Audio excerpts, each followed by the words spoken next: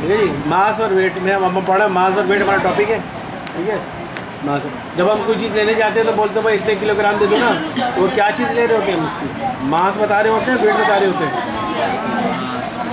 उसका। अब वो हम बोलते हैं ना 1 किलो चीनी दे दो, या 1 लीटर जो है दूध दे दो, या जो भी चीज़ हम ले रहे होते हैं, तो वो बेसिकली उससे क्या होता है, मास। मास कितनी क्वांटिटी है। मास क्या है, mass is definition, mass is the amount of matter present in the body. Mass क्या होती है, मास जो है अमाउंट ऑफ मैटर है जो किसी भी बॉडी मौजूद है। आप आधा किलो चीनी लेंगे तो उसमें अमाउंट ऑफ मैटर कितनी, थोड़ी सी हो जाएगी। 1 किलो चीनी लेंगे, अमाउंट ऑफ मैटर क्या ज़्यादा हो जाएगी 1 किलो में भी। 5 किलो चीनी लेंगे, अमाउंट ऑफ मैटर और ज़्यादा हो जाएगी। अमाउंट ऑफ मैटर क्या, मैटर क्या, जिस चीज़ को मिलकर बनी है, ठीक है। अमाउंट ऑफ मैटर जो है वो कम होती जाएगी तो मास भी कम होता जाएगा। अमाउंट ऑफ मैटर जो है, अमाउंट ऑफ मैटर समझ रहे हो ना मैं कितना कह रहा हूँ। जैसे ये रबर है, ठीक है, तो ये पूरा प्योर रबर है ना, ये इसमें ऐसा तो नहीं है कि इसमें यहाँ ये अंदर कहीं पर लोहा लगा हुआ है, यहाँ पर कोई कार्बन लगा हुआ है, यहाँ पर कोई सिल्वर लगा हुआ है, तो पूरा प्योर। तो इसका मास जो है कितना है, जितना मेरे हाथ में इसका मास में मेजर करवाऊँ। अगर मैं एक अब रबर या इरेजर जो आप बहुत किस्म का आपने देखें, ये क्या इससे बड़े बड़े रबर देखें आपने, देखे हैं ना, इससे छोटे रबर देखें वो भी देखें आपने। तो जो बड़ा रबर होगा और ये वाला रबर में क्या फ़र्क है, उसका मास ज़्यादा है, वो अमाउंट ऑफ मैटर ज़्यादा है उसमें, ठीक है ना, और इसका अमाउंट ऑफ मैटर कम है। समझ आ रही बात। मैटर मास क्या होता है, अमाउंट ऑफ मैटर। मैटर की क्वांटिटी कितनी ज़्यादा है, मैटर की क्वांटिटी कितनी कम है। मैटर की क्वांटिटी ज़्यादा होगी तो उसका मास ज़्यादा होगा, मैटर की क्वांटिटी कम होगी तो उसका मास कम होगा। तो मास होता है अमाउंट ऑफ मैटर। अब वेट क्या चीज़ होता है, वेट मैंने बताया था, वेट जो है, वेट एक फोर्स होती है जो ज़मीन किसी बॉडी के ऊपर लगा रही होती है। जैसे मैं कहूँ इसका वेट कितना है, अच्छा वेट को मेजर करते हैं, वेट की यूनिट क्या होती है, पढ़ा है अभी हमने, पढ़ा नहीं है टॉपिक। वेट की यूनिट होती है न्यूटन में, अभी आ जाएगा। वेट की यूनिट होती है न्यूटन, और मास की यूनिट क्या होती है, मास की यूनिट होती है, मास का एसआई यूनिट क्या होती है, किलोग्राम। मास की एसआई यूनिट होती है किलोग्राम, जबकि वेट की एसआई यूनिट होती है न्यूटन। हाँ, फोर्स की भी होती है, बहुत सारी चीज़ों की होती है। बस वेट क्या है, तो वेट वो फोर्स ही है। अब वेट मास से बस समझ में आ गई ना, मास किसे कहते हैं, अमाउंट ऑफ मैटर। थोड़ा मैटर होगा, अमाउंट की क्वांटिटी कम होगी तो उसका मास भी कम होगा। ज़्यादा मैटर होगा, अमाउंट ऑफ मैटर ज़्यादा होगी तो उसका मास भी ज़्यादा होगा, ठीक है ना, उसका मास भी ज़्यादा होगा। और वेट क्या होता है, वेट एक फोर्स होती है, कौन सी फोर्स होती है, वो फोर्स जिस फोर्स से ज़मीन किसी बॉडी को अपनी तरफ खींच रही होती है। मैंने बताया था हर बॉडी, जब किसी बॉडी को हम छोड़ते हैं ऊपर से तो नीचे क्यों जा रही है। इसको मैं रबर को छोड़ूंगा नीचे क्यों जाएगा, ये यहाँ चलता हुआ यहाँ चला जाए, यहाँ से उड़ के बढ़िया चला जाए, नहीं जाएगा, यही जे उड़ के खुद नहीं जाएगा, क्योंकि इसमें वेट की इसकी ज़मीन एक फोर्स लगा रही है। हर बॉडी बजाय नीचे जाने के ऊपर क्यों नहीं चला जाता, किसी बॉडी को छोड़ते हैं तो नीचे जाता है ना, इधर कोई तो खींच रहा है, जिसके बाद हर चीज़ नीचे जाती है। पत्ता को छोड़ोगे वो भी नीचे घूमता घूमता नीचे जाएगा, कागज़ को छोड़ोगे वो भी घूमता नीचे जाएगा। कोई बड़ी से बड़ी हैवी से हैवी बॉडी या लो से लो हैवी और लाइट ऑब्जेक्ट जो भी होगा वो हमेशा नीचे ही जाएगा। इसका मतलब क्या हुआ, वेट क्या होता है, वेट एक ऐसी फोर्स होती है जो ज़मीन किसी बॉडी के ऊपर लगा रही होती है और उस बॉडी को अपनी तरफ खींच रही होती है। ग्रेविटी, जो फोर्स को कहते हैं फोर्स ऑफ ग्रेविटी, ठीक है, उस फोर्स को कहते हैं फोर्स ऑफ ग्रेविटी, ठीक है। ज़मीन फोर्स ऑफ ग्रेविटी से कि अपने फोर्स ऑफ ग्रेविटी, एक होता है फोर्स ऑफ ग्रेविटी, एक होता है एक्सेलरेशन ड्यू टू ग्रेविटी। समझ आ रही बात है, दोनों में फ़र्क है। इस बॉडी को जब किसी बॉडी को हम ऊपर से नीचे छोड़ते हैं तो इसमें इसकी वेलोसिटी चेंज होती है, ना वेलोसिटी चेंज होती है तो एक्सेलरेशन प्रोड्यूस होता है, एक्सेलरेशन प्रोड्यूस है, एक्सेलरेशन। तो आप, लेकिन ये एक्सेलरेशन किस वजह से हो रहा है, इससे रबर को मैं छोड़ूंगा या किसी ब्लॉक को मैं ऊपर से छोड़ूंगा तो ब्लॉक में इंजन तो नहीं लगा ना जो उसको चला रहा होगा, मूव करा रहा होगा, तो कोई बाइक तो है नहीं, कोई मोटर तो लगी भी नहीं है, कोई मशीन तो नहीं लगी हुई है। एक ब्लॉक को मैं ऊपर छोड़ूंगा वो भी नीचे जा रहा है, वो क्यों जा रहा है, वो नीचे जा रहा है, उसकी वेलोसिटी चेंज हो रही है, वेलोसिटी चेंज होती है, उसमें वेलोसिटी चेंज होगी तो एक्सेलरेशन होगा। तो एक्सेलरेशन क्यों हो रहा है, एक्सेलरेशन ड्यू टू ग्रेविटी, ज़मीन एक फोर्स से, ग्रेविटी की फोर्स से खींच रही है, इसकी वजह से बॉडी नीचे जा रही है। बॉडी जब नीचे जा रही है तो उसकी वेलोसिटी चेंज हो रही है, वेलोसिटी चेंज होकर उसमें एक्सेलरेशन हो रहा है, उसे कहते हैं एक्सेलरेशन ड्यू टू ग्रेविटी। उसको किससे जाहिर करते हैं? जी से। एक्सेलरेशन ड्यू टू ग्रेविटी को जी जाहिर करते हैं। एक्सेलरेशन ड्यू टू ग्रेविटी की वैल्यू क्या होती है? 10 होती है, ठीक है। और एक होता है फोर्स ऑफ ग्रेविटी। तो ज़मीन जिस फोर्स से किसी बॉडी को खींच रही होती है वो फोर्स उस बॉडी का वेट कहलाता है। समझ आई? ज़मीन जिस फोर्स से जिस बॉडी को खींच रही होती है, पता ज़मीन किसी फोर्स से खींच रही होगी ना, तभी तो नीचे जा रहा है। ज़मीन अगर रिपेल कर रही होगी तो नीचे जाता है, तो ऊपर चला जाता है, ठीक है ना। तो मतलब ज़मीन फोर्स ऑफ ग्रेविटी से फोर्स ऑफ ग्रेविटी खींच रही है। ज़मीन जिस फोर्स से किसी बॉडी को खींच रही होती है वो फोर्स उस बॉडी का वेट कहलाता है, ठीक है। अब मैंने एक छोटा सा रबर उठाया हुआ है और एक बड़ा सा रबर उठाया हुआ है, ठीक है। दोनों पे ज़मीन अब फोर्स लगा रही है, तो किस पे फोर्स ज़्यादा लगा रही होगी? बड़े वाले में, क्योंकि बड़े वाले फोर्स ज़्यादा फोर्स है, क्योंकि उसका क्योंकि फोर्स ज़्यादा लगा रही है उसका, क्योंकि उसका ज़्यादा लग रही है, क्योंकि मास उसका ज़्यादा है, ठीक है। और छोटे रबड़ पे तो उसका मास कम है तो ज़्यादा कम फोर्स लगा रही है। तो ज़मीन किसी तो वेट में और मास में फ़र्क क्या हुआ? मास क्या होता है? क्वांटिटी ऑफ मैटर होता है। इसकी क्वांटिटी ऑफ मैटर इतनी है, इसका मास इतना है, मेजर कर लो किलोग्राम। मैं बड़ा रबड़ ले लूँ और बड़ा सा रबड़ ले लूँ, उसमें क्वांटिटी मैटर ज़्यादा हो जाएगी तो उसका मास भी ज़्यादा हो जाएगा। और वेट क्या होता है? ज़मीन जिस फोर्स से जिस बॉडी को अपनी तरफ खींच रही होती है वो फोर्स उस बॉडी का वेट कहलाता है, ठीक है। समझ में बात आ गई फ़र्क? अच्छा, अब फोर्स का फार्मूला क्या होता है हमको पता? हाँ, F = टू एम ए, हमने ये पढ़ा है। फोर्स का फार्मूला होता है F = टू एम ए, ठीक है। अब फोर्स का फार्मूला होता है F = टू एम ए। ज़मीन फोर्स लगा रही है बॉडी के ऊपर, तो फोर्स बराबर हो जाएगा मैं उस बॉडी का मास और उस बॉडी में एक्सेलरेशन। तो जब जिस बॉडी पर ज़मीन फोर्स लगा रही है, ठीक है, तो अभी से छोटी चीज़ मैं समझाऊँगा। ये देखो छोटा सा समझाना भैया।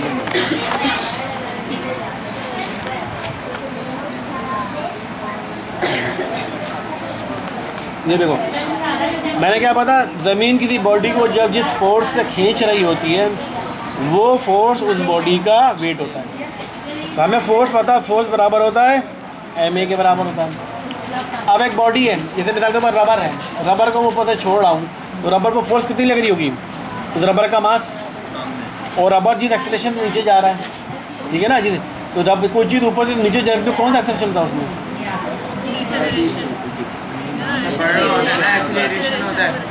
एक्सेलरेशन होता है ना। कौन सा एक्सेलरेशन होता है? अभी तो बताया जी होता है ना। एक्सेलरेशन ड्यू टू ग्रेविटी, वही तो बताया ना मैंने।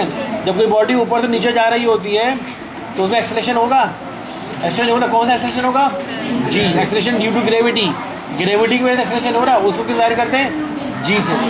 तो हम लिखेंगे इस बॉडी पर जो फोर्स लग रही है, किसी रबर के ऊपर फोर्स लग रही है, रबर को मैंने ऊपर से छोड़ा है, रबर पर फोर्स लग रही है, तो फोर्स बराबर होगी इस रबर का मास मल्टीप्लाई बाय एक्सेलरेशन। तो एक्सेलरेशन कौन सा इसमें लग रहा है? जी है ना। जी वाला एक्सेलरेशन यूज़ होगा ना, ये ऊपर से छोड़ा हूँ मैं। तो और मैंने क्या कहा, जब बॉडी जब किसी, अब मैंने वेट की डेफिनेशन क्या बताई? जिस बॉडी पर ज़मीन जिस फोर्स से खींच रही होती है वो फोर्स इस बॉडी का वेट होता है। तो फोर्स किसके बराबर? mg के बराबर। क्या यही mg जो है ये कहलाता है वेट, इसे कहते हैं। अब यहाँ पर W = mg, ये कहलाएगा इस बॉडी का वेट। तो वेट का फार्मूला होगा W = mg। समझ आ गई बात? ये तो वेट क्या हो गया? वेट क्या हो गया? मास मल्टीप्लाई बाय एक्सेलरेशन। कौन सा? जिस पर एक्सेलरेशन वो नीचे ऊपर मूव कर रहा है, तो ये कहलाएगा उस बॉडी का वेट। ये है वेट का फार्मूला। जैसा फोर्स का फार्मूला F = ma है, इधर वेट का फार्मूला F = mg। अब वेट की यूनिट निकालो। यूनिट कैसे निकालते हैं हम? फार्मूले से निकालते हैं। फंडामेंटल यूनिट तो है नहीं, ये ड्राइव यूनिट है। ड्राइव यूनिट को फार्मूले से निकालते हैं। तो वेट का फार्मूला हो जाएगा W। मास की यूनिट क्या होती है? kg। और एक्सेलरेशन की यूनिट क्या होती है? मीटर/सेकंड²। ठीक है, तो kg मीटर/सेकंड² किससे क्या कहलाता है? kg मीटर/सेकंड² क्या कहलाता है? एस की बात नहीं कर रहा यहाँ पर, जो चीज़ है वो kg मीटर/सेकंड² क्या कहलाता है? हैं? क्या कहलाता है? एन न्यूटन कहलाता, बताया था मैंने उसी सर्वाइव करके। केजी और मीटर पर सेकंड सर्कल मल्टीप्लाई करा दो तो वो मिल जाता है न्यूटन, ये बताया था ये, इसलिए वेट की यूनिट हो गया न्यूटन। भाई एम में क्या होता है? F=mm, F=ma, ये फोर्स है। फोर्स की यूनिट क्या होती है? फोर्स की यूनिट क्या होती है? न्यूटन, न्यूटन होती है ना फोर्स की यूनिट। मास की यूनिट क्या होती है? किलोग्राम। एक्सेलरेशन यूनिट क्या होती है? तो फिर किलोग्राम मीटर पर सेकंड स्क्वायर को न्यूटन देते। फोर्स की यूनिट भी न्यूटन होती है, वेट की यूनिट भी न्यूटन होती है। फोर्स का फार्मूला F=ma, वेट का फार्मूला W=mg। मेरी बात आ गई। ये फ़र्क है वेट में और मास में। वेट के अंदर तो मास आ रहा है, देखो वेट के फार्मूले के अंदर ऑलरेडी मास आ रहा है, और मास की यूनिट होती है किलोग्राम। मास क्या होता है? Quantity of matter. मैटर की क्वांटिटी थोड़ी सी है, मास भी थोड़ा सा होगा। मैटर की क्वांटिटी बहुत ज़्यादा है, मास भी ज़्यादा होगा। मास को मेजर करते हैं किलोग्राम में, ऐसा यूनिट में किलोग्राम में मेजर करते हैं। लेकिन वेट होता है, हमने निकाले वेट, मैंने बताया कि किसी भी बॉडी का वेट क्या होता है? ज़मीन जिस फोर्स से किसी बॉडी को खींच रही होती है अपनी तरफ, वो फोर्स उस बॉडी का वेट कहलाता है। तो हमने निकाला F=ma। हमने कहा एक बॉडी है जिसको ज़मीन फोर्स से खींच रही है, तो हमने कहा उस बॉडी का मास लोगे और बॉडी ज़मीन खींच रही है तो उस बॉडी में एक्सेलरेशन हो रहा होगा, तो ऊपर से नीचे जा रहा है वो, क्योंकि जब एक्सेलरेशन हो रहा होगा वो जब भी बॉडी नीचे से ऊपर या ऊपर नीचे जा रहा था तो एक्सेलरेशन जी होता है। तो फोर्स निकल के आ गया mg के बराबर आ गया, और यही फोर्स क्या कहलाती है? उस बॉडी का वेट कहलाती है। तो हम कहेंगे F को हटा के अब W=mg, तो हम कहेंगे ये हो गया वो वेट का फार्मूला। और उसका यूनिट भी वही निकल के आई। मास की यूनिट होती है किलोग्राम, फोर्स में भी मास की यूनिट होती है किलोग्राम। फोर्स में एक्सेलरेशन की यूनिट होती है मीटर पर सेकंड स्क्वायर, वेट में एक्सेलरेशन की यूनिट होती है मीटर पर सेकंड स्क्वायर। तो दोनों का फोर्स की यूनिट भी न्यूटन, वेट की यूनिट भी न्यूटन। तो फोर्स की यूनिट न्यूटन, वेट की यूनिट न्यूटन, दोनों न्यूटन न्यूटन। समझ आ गई बात ये? ठीक है। तो मास क्या होती है? Amount of matter. मैटर की अमाउंट कितनी कम है, मास कम होगा। मैटर के अमाउंट ऑफ मैटर ज़्यादा है तो मास ज़्यादा होगा। और वेट क्या होती है? ज़मीन जिस फोर्स से किसी बॉडी को अपनी तरफ खींच रही होती है, वो हमने निकाल लिया। तो फोर्स, वो फोर्स कहलाती है, वो फॉर्म W=mg निकाल लिया। फोर्स ऑफ अट्रैक्शन क्या? आपने बोला ना कि ज़मीन वेट, जब ज़मीन किसी चीज़ को अट्रैक्ट करती है तो फोर्स ऑफ अट्रैक्शन ही कराएगा। हाँ, फोर्स ऑफ अट्रैक्शन ही है। वो तो ज़मीन और बॉडी को फोर्स ऑफ अट्रैक्शन से खींच रही होती है। तो वो फोर्स हमने लिख लिया F में, तो एम मास वही रहेगा और एक्सेलरेशन हो जाएगा जी। तो ये बन गया आपका फोर्स का फार्मूला है, कन्वर्ट हो गया वेट के फार्मूले में, W=mg। mg हमने कहा वो फोर्स जो होती है वो बॉडी का वेट होता है, तो फोर्स की जगह हमने W दिया, वेट हो गया mg। वेट की यूनिट भी न्यूटन निकल के आई, जिस तरह फोर्स की यूनिट न्यूटन निकलती है। वर्टिकल में लग रही होगी वो वेट कहलाएगी, और उसका फॉर्मूला है जो वर्टिकल में लग रही होगी, ग्रेविटी केस में लग रही होगी तो वो वेट कहलाएगी। वो वेट कहलाएगी। हाँ, वर्टिकल अगर फोर्स लग रही होगी ना नीचे की तरफ ज़मीन की नीचे तो कहीं, तो वो जो फोर्स लग रही है वो कहलाएगी उसका वेट। लेकिन कोई बॉडी यूँ मूव कर रही है, लीनियर मोशन मूव कर रही है, उस पर कोई फोर्स लगा रही है।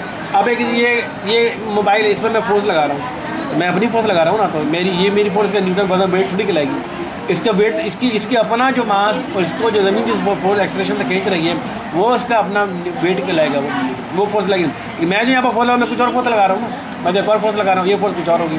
लेकिन इसका वेट, इस पर जो वेट क्या होगा कि इसको अगर मैं ऊपर से छोड़ूँ तो जहाँ पे जो एक्सेलरेशन इसमें होगा प्रोड्यूस जी, और इसका जो अपना मास होगा, इसके जी को इसके मास से मल्टीप्लाई करके इसका वेट निकल कर आएगा। ठीक है। तो मास और वेट में फर्स्ट समझ में बात आ गई। अदर डिफरेंस दिया हुआ है डेफिनेशन में। मास क्या होती है? Mass is the quantity of matter in the body regardless of its volume और any of its forces acting on it. Mass जो होता है क्या? मास क्या होता है? Quantity of matter. थोड़ी सी क्वांटिटी आप लोगे तो मास भी थोड़ा सा होगा, ज़्यादा क्वांटिटी लोगे तो ज़्यादा मास हो जाएगा। लेकिन इस बात से कतई नज़र कि उसका वॉल्यूम क्या है या उसमें कौन कौन सी फोर्सेस लग रही हैं। मास जो होता है सिर्फ क्वांटिटी ऑफ मैटर होता है। वेट क्या होता है? Weight is the measurement of the gravitational force acting on the object. Weight क्या होता है? Gravitational force. ज़मीन जिस फोर्स से किसी बॉडी को अपनी तरफ खींच रही होती है उस फोर्स का नाम है ग्रेविटेशनल फोर्स। ठीक है। वेट क्या होता है? ग्रेविटेशनल फोर्स को मेजर करना। तो हमने ग्रेविटेशनल फोर्स मेजर कर लिया ना यहाँ पर, F=ma से हमने मेजर किया, F=ma, m की जगह m रखा, a की जगह g रखा, तो वेट निकल कर आया mg। दूसरा, mass is always constant any place. Mass जो है ना वो हर जगह से, अगर ये जो रबर है, इस रबर को मैं ज़मीन के ऊपर रखूँ तो जितना मास निकलेगा, इस रबर को मैं K2 के ऊपर ले जाऊँ जितना मास निकलेगा, ये K2 का मतलब हाइट पे लेके जाऊँ, माउंट एवरेस्ट पे लेके जाऊँ तो इसका मास कितना है? मास हर जगह सेम है, मास में कोई फर्क तो नहीं पड़ेगा ना इसके। इसको अगर मैं माउंट एवरेस्ट की चोटी पे ले जाऊँ, K2 की चोटी पे ले जाऊँ या ज़मीन के ऊपर रखूँ, इसका मास सेम रहेगा। लेकिन वेट में क्या होता है? Weight on object depend on the gravity of the weight. अब देखो ज़मीन है कि कैसे कैसे फर्क पड़ेगा। अब देखो यहाँ समझ लो, ये ज़मीन है, ठीक है, एक बॉडी मैंने ज़मीन के ऊपर रखी हुई है, ये एक बॉडी है, मतलब एक ब्लॉक है ज़मीन के ऊपर रखा हुआ है। अब ये ज़मीन के ऊपर एक पहाड़ बना हुआ है ऊपर, ये K2 का पहाड़ है, मिसाल से माउंट एवरेस्ट का पहाड़ है, हम शो कर रहे हैं, इस साइड पहाड़ है बहुत ऊंचाई पर। अब इस ब्लॉक को मैं इस पहाड़ के ऊपर लेके जाऊँ तो इसके मास में फ़र्क पड़ेगा? मास में तो कोई फ़र्क नहीं पड़ेगा ना। वो ब्लॉक छोटा तो नहीं हो जाएगा कि ऊपर जाते छोटा हो जाएगा, या नीचे आते को बड़ा हो जाएगा, ऐसा तो नहीं होगा। जितनी ऊपर लेगा तो छोटा तो बड़ा तो नहीं होगा ना ब्लॉक। इसको उठा के लेके जाऊँगा माउंट एवरेस्ट की चोटी के ऊपर तो इसका मास में कोई फर्क नहीं पड़ेगा, मास वही रहेगा। मास छोटा बड़ा तो ब्लॉक तो छोटा बड़ा नहीं होगा ना, ये ब्लॉक छोटा बड़ा नहीं होगा, ठीक। तो मास जो होता है, आप किसी भी बॉडी का मास कहीं पर भी ले जाओ बॉडी को, उसका मास तो समझ पड़ेगा, ठीक है। अब वेट की बात करते हैं। अब फर्स्ट ये ब्लॉक जो है ज़मीन के ऊपर मैंने इसका वेट किया, वो आया फर्स्ट 2 किलोग्राम और 2 न्यूटन। वेट कितना आ रहा है? 2 न्यूटन का वेट आ रहा है। वेट की यूनिट होती है न्यूटन। ज़मीन पर मैंने उसका वेट किया, वो आ रहा है 2 न्यूटन या 3 न्यूटन में आ गया, बट 2 न्यूटन। ये ज़मीन के ऊपर मौजूद है ना ये इस पर। अब इसको मैं लेकर गया ज़मीन से इतनी बुलंदी को लेकर चला गया। माउंट एवरेस्ट बहुत ऊँचा पहाड़ है ना, ज़मीन से कुछ ऊँचाई पर होगा। तो अब ये ब्लॉक को जब मैं यहाँ पर लेकर गया हूँ तो ज़मीन की फोर्स इस पर जो है ज़्यादा लग रही होगी, कम लग रही होगी। जब किसी बॉडी को दूर खींचते जाते फोर्स बढ़ती है, कम होती है। दो बॉडी को खींचते हो भाई, 2 मैग्नेट है ना। अब ये एक बॉडी है, जैसे एक बॉडी ज़मीन के ऊपर रखी हुई, समझ लो 2 मैग्नेट की तरह, एक बॉडी और एक ज़मीन है, ठीक है। अब 2 मैग्नेट को तस्वीर करो, एक मैग्नेट में 2 मैग्नेट है। 2 मैग्नेट को करीब रखो तो फोर्स ऑफ अट्रैक्शन बढ़ेगी, या 2 दूर रखो तो फोर्स बढ़ेगी। मैं दूर करता जाऊँगा तो फोर्स ऑफ अट्रैक्शन बढ़ेगी, कम होगी? कम होगी ना। और जितना नज़दीक लाऊंगा फोर्स ऑफ अट्रैक्शन बढ़ेगी। इसी तरह जब इस ब्लॉक को मैं ज़मीन से ऊपर दूर लेके जा रहा हूँ ना, ऊपर लेके जा रहा हूँ, ज़मीन से ऊपर लेके जा रहा हूँ, माउंट एवरेस्ट पे लेके जा रहा हूँ, तो फोर्स ऑफ अट्रैक्शन कम हो जाएगी। फोर्स ऑफ अट्रैक्शन कम हो जाएगी, उसके बाद उसका वेट क्या हो जाएगा? चेंज हो जाएगा, वेट चेंज हो जाएगा, कम होगा वेट, उसका कम हो जाएगा। समझ रही बात है? इस तरह ज़मीन पर देखो ज़मीन के ऊपर मौजूद है तो उसका वेट कुछ और है, ठीक है, 2 न्यूटन का वेट है। ज़मीन से दूर लेके जा रहे हो आप, इस 2 मैग्नेट है, 2 मैग्नेट को नज़दीक करोगे तो फोर्स ऑफ अट्रैक्शन ज़्यादा लग रही होगी। एक मैग्नेट को ज़मीन, दूसरे मैग्नेट दूर लेकर जा रहे हो, दूर लेते जाओगे तो क्या फोर्स ऑफ अट्रैक्शन बढ़ेगी, कम होगी? कम होती जाएगी ना। इसी तरह समझो, एक ज़मीन है, ज़मीन पर एक बॉडी पड़ी हुई है, तो फोर्स ऑफ अट्रैक्शन बहुत ज़्यादा लग रही है ज़मीन की, तो उसका वेट कुछ और आ रहा है। अब उस दूसरे ऑब्जेक्ट को, उस ब्लॉक को ज़मीन से दूर लेते जा रहे हो, ऊपर ले माउंट एवरेस्ट छोटे पहाड़ पे लेकर, और उससे बड़े पहाड़, और उससे बड़े पहाड़, और माउंट एवरेस्ट पे लेकर, सबसे बड़ा पहाड़ माउंट एवरेस्ट, पता है ना सबको।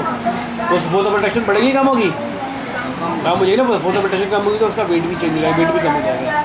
इसीलिए वेट हर जगह सेम नहीं रहता, मास हर जगह सेम रहता है। समझ आई फ़र्क? वेट हर जगह सेम नहीं रहता, लेकिन मास हर जगह सेम रहता है। Weight of object depends on the gravity of that place, वहाँ पर ग्रेविटी का। इसीलिए चाँद पर जब इंसान जब जाता है, जब इंसान चाँद पर गया, चाँद पर जब इंसान ने कदम रखा, देखा वहाँ पर चाँद की अपनी ग्रेविटी होगी, ज़मीन की अपनी ग्रेविटी है, हर प्लैनेट की अपनी ग्रेविटी है।